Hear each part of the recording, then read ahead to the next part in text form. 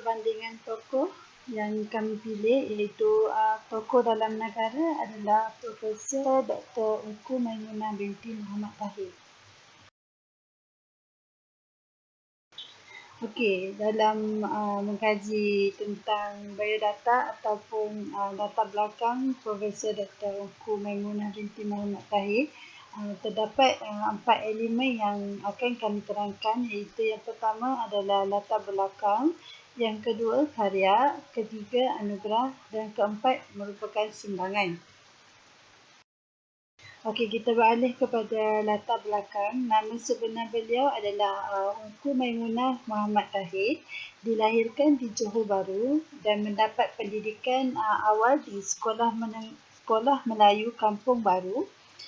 Yang kedua adalah mendapat pendidikan di Sultan Ibrahim Girls School, dan yang seterusnya di English College, iaitu Maktab Sultan Abu Bakar Johor Bahru.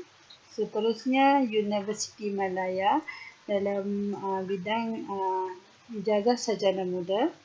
Okey, pendidikan yang kelima adalah University of Leeds di United Kingdom dan The Australian National University ANU, dan yang terakhir mendapat pendidikan di Canberra untuk ijazah Doktor Falsafah pada tahun 1985. Okey, kita beralih pula kepada kerjaya, di mana beliau bermula pada tahun 1976 merupakan pensyarah di Institut Bahasa Kesusasteraan dan Kebudayaan Melayu IBKKM. Seterusnya di Universiti Kebangsaan Malaysia pada tahun 1987, beliau dinaikkan pangkat sebagai Profesor Madya, dan pada tahun 2000 beliau bertugas sebagai profesor dalam bidang sastra. Okey, dalam bidang pentadbiran pula pada tahun 1997 sehingga 1999, iaitu Ungku Maimunah ini memegang jawatan sebagai Timbalan Dekan di Fakulti Sains Kemasyarakatan dan Kemanusiaan.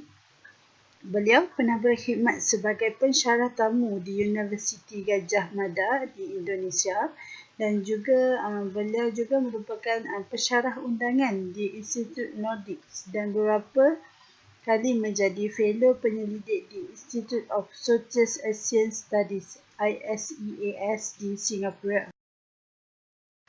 Okey, beliau juga merupakan sarjana Malaysia pertama diundang sebagai pensyarah di Southeast Asian Study Summer Institute, iaitu CEASSI. Pada tahun 1988, beliau berada di University of Oregon, Eugene di Amerika Syarikat. Beliau merupakan wanita pertama yang menyertai jawatan kuasa Kapena dan jawatan kuasa Anugerah Sastra Negara. Pada tahun 2005, beliau dilantik sebagai penyandang kerusi pengajian Melayu di Victoria University of Wellington di New Zealand. Okey, itu merupakan sedikit sebanyak berkaitan dengan latar belakang Profesor Dr. Wan Maimunah bin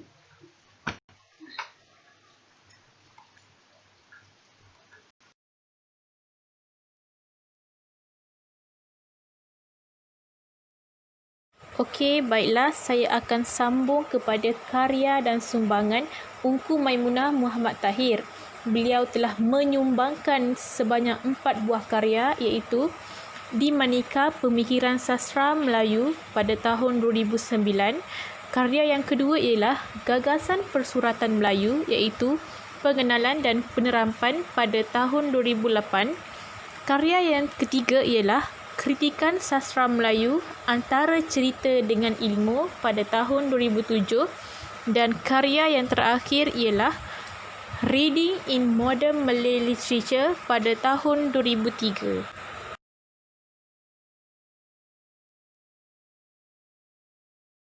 Baiklah, seterusnya marilah kita lihat anugerah dan pengiktirafan beliau. Pada 1994, beliau mendapat hadiah perkhidmatan terpuji dari Universiti Kebangsaan Malaysia. Manakala pada 1996, hingga 1999, beliau mendapat hadiah sastra Darul Ta'zim, kategori esei dan tulisan kritikan, anjuran dari Kerajaan Negeri Johor Darul Ta'zim. Dan seterusnya, pada 2004 hingga 2005, beliau mendapat hadiah sastra Perdana Malaysia, kategori esei, kritikan dan kajian sastra. Dan dihadiahkan pada tahun 2008, diumumkan dalam berita mingguan iaitu hari Ahad 27 Julai 2008, anjuran daripada Dewan Bahasa dan Pustaka. Bukan itu sahaja, pada tahun 2000 hingga 2003, beliau mendapat hadiah karya kencana, kategori sastra, anjuran daripada Dewan Bahasa dan Pustaka.